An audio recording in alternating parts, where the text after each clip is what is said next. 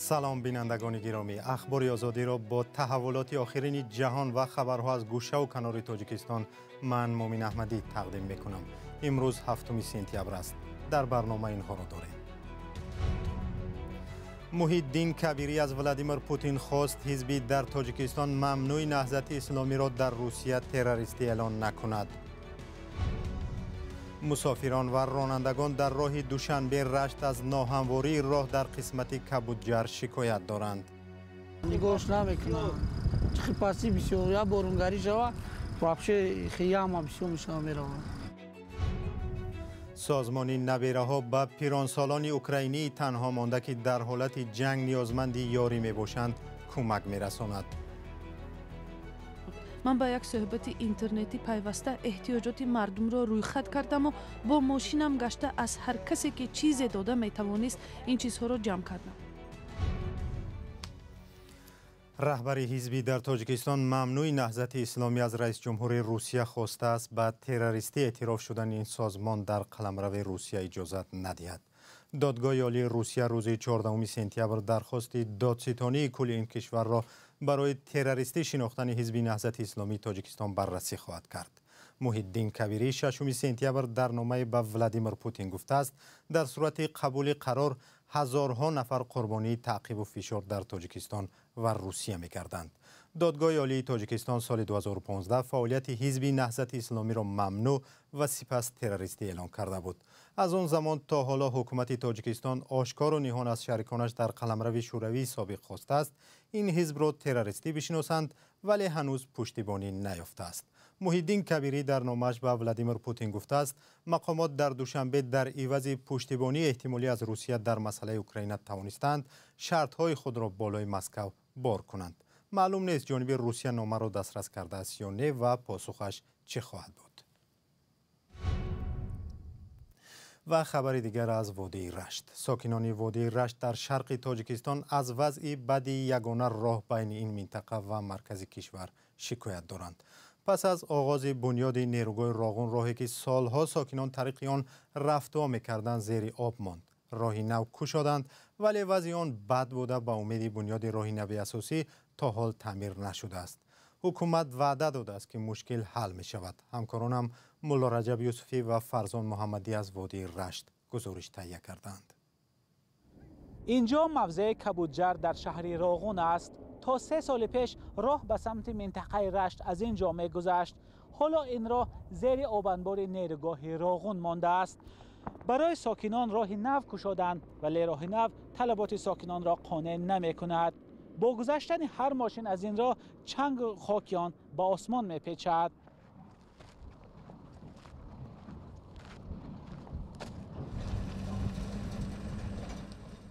به گفته ساکنان حدود 20 کیلومتر این راه خراب است و برای گذشتن از آن بیش از 1 ساعت صرف می شود. جزیره شو اهمیت نمیتونن نگاش نمیکنن. چه پاسی بسیار یا بارونگری جوا вообще خیام بسیار میشم میرم. 3 سال شدم خدایا. یا اخی در 6 ماه 7 ماه یا بار روز کنن میکنن نباشه پستیانی هم خیلی. مقامات به ساکنان گفته‌اند این راه موقتی است اما رانندگان میگویند این دلیل نمی شود که بر راه دقت داده نشود. وزیر همه باده چوک جوی میرید یکم دیم سکورس میره расход بنزین آمورتیزاتور همه رسو میشه. خیر راه نظارت کنن نقض میشه و اقلا نمیره گریدر کنن یا نالوگ ترانسپورت 1200 1300 چه همین موقتی را باشه گریدر کردن ممکنه کو نظارت کردن ممکنه. وادی رشت در شرق تاجیکستان جایگیر بوده زیاد از 300,000 اهالی دارد. ساکنان ناحیه‌های تاجیک‌آباد، سنگوار، نورآباد، رشت و لخش از همین راه می‌گذرند. امید ساکنان به ساخته شدن راه نو است.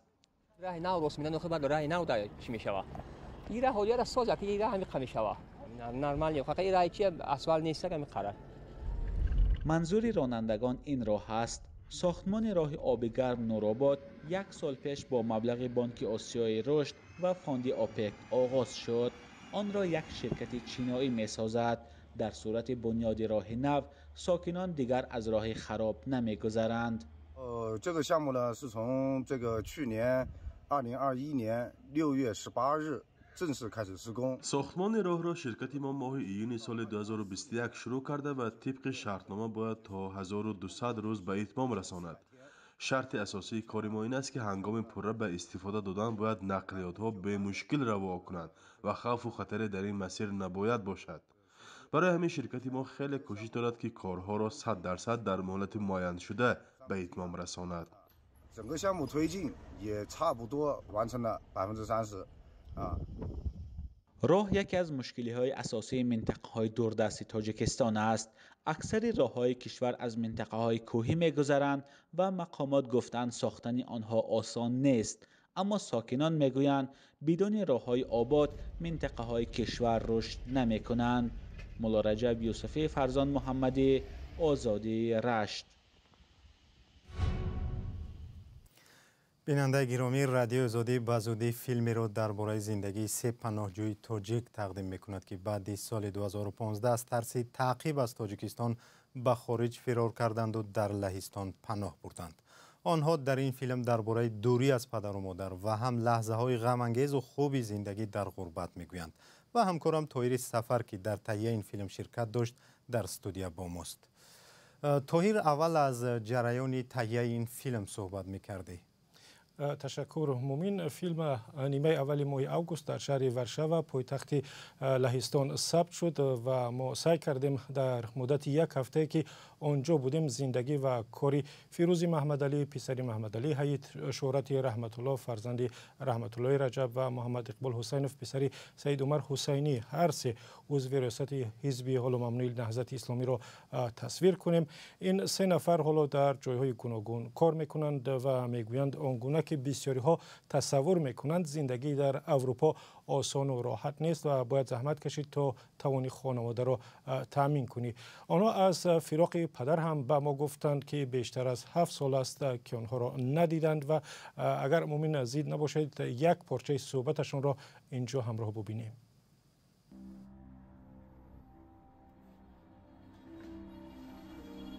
حتی با دشمن فرزند خود این احساس رو نمیخوام. خیلی احساسی بد است که هر صبح میخیزی پدرت رو نمیبینی، مادرت رو نمیبینی، نزدیکانت رو نمیبینی. همه آرزوم همین است که روزی شود برم در آغوش پدرم. هر باری که پدرم رو میبینم سرش بوسه کنم، دستش بوسه کنم، پاهاش بوسه کنم. آغوشش میگیرم، میبوسم، بویش میکشم، برام همین کافی است. چیزی گفتم فعلا شاید گویم که دوستت میدارم پدر جان. طاهر، فیلم چند دقیقه است و کی نشر می شود؟ بله مومین، فیلم 17 دقیقه است و نه تنها نشان دهنده زندگی این سه نفر بلکه زندگی صدها پناهجوی دیگری تاجیک است که بعد از سال 2015 بعد از آشوب نافرجام به رهبری عبدالحلیم نظرزاده معاون وزیر دفاع تاجیکستان از کشور گریختند و در خارج به خصوص در لهستان و آلمان پناه بردند. بعضی از آنها مقام پناهندگی گرفتند و تعداد سرنوشت معلق دارند و نمیدانند که با آنها چی می شود.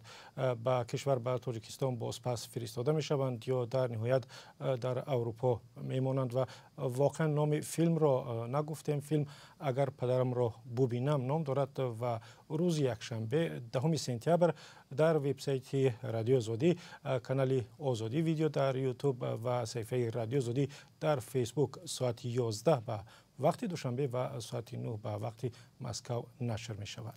تشکر همکارم طاهر سفر درباره فیلمی نوی رادیو آزادی از سرنوشت سه پناهجوی تاجیک در لهستان صحبت کرد. حالا به یک آگهی توجه کنید.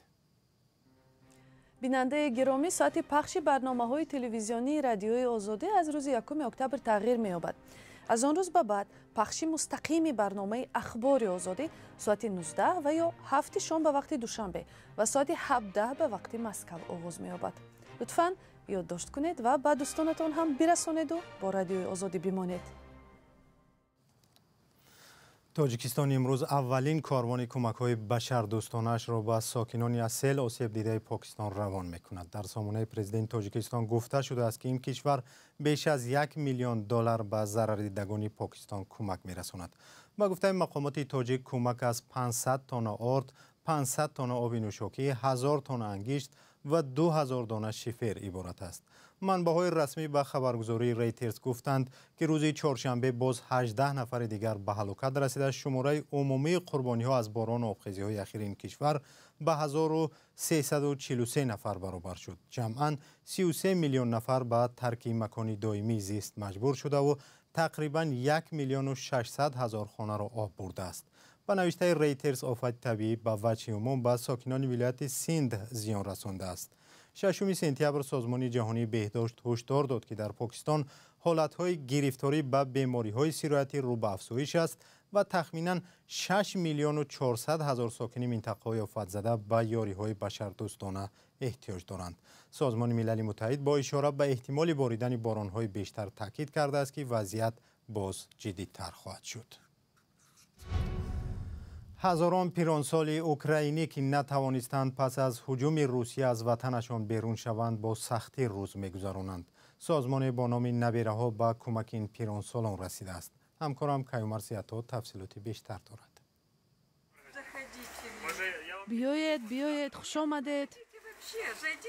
لودمیلا ارشنکو امروز مهمان‌های ویژه دارد. اینها اختیاریان سازمان نبیره‌ها در شهر کیف میباشند.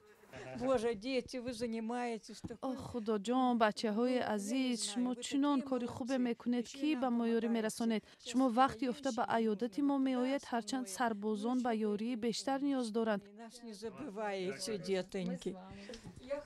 خریستینت سکور تصمیم گرفت که به پیرانسالان تنها مانده یاری رساند. او شخصا خودش به نفقه خوران محصولات لازم را از فروشگاه ها میرساند. برای خود او هم این کار یک نوع معالجه است. معالجه دردهایی که از مرگ مادرش در ماه مارس در منطقه لوهانسک ایجاد شده است.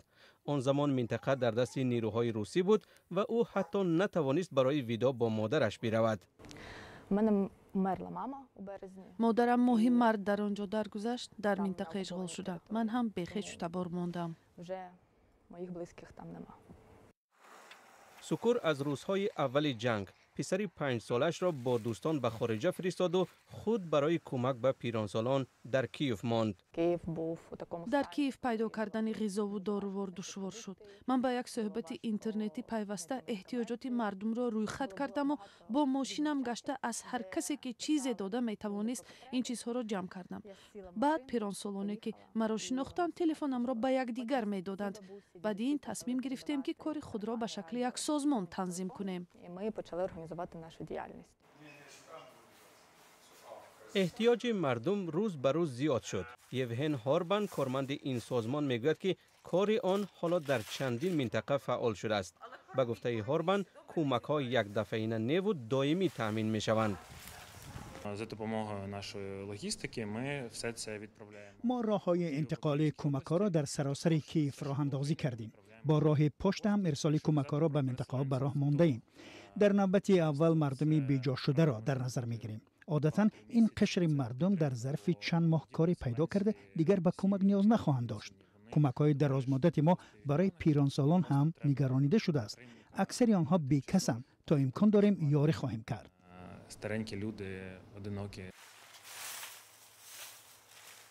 نبیره ها از سازمان های دیگر خیریه و هم شخصان احسانکار کمک دریافت می کند. تا حال به 12,000 کس یاری کرده است. دادگاه ناحیه سینای شهر دوشنبه به بررسی پرونده محمد سلطان مولان نظروی 72 ساله پلکونیک پیشین امنیت و روزنامه‌نگار سابق آغاز کرده است. دادستانی او را به دعوت عمومی با استفاده از اینترنت و تحقیر حاکمیت دولتی عیبدار کرده است.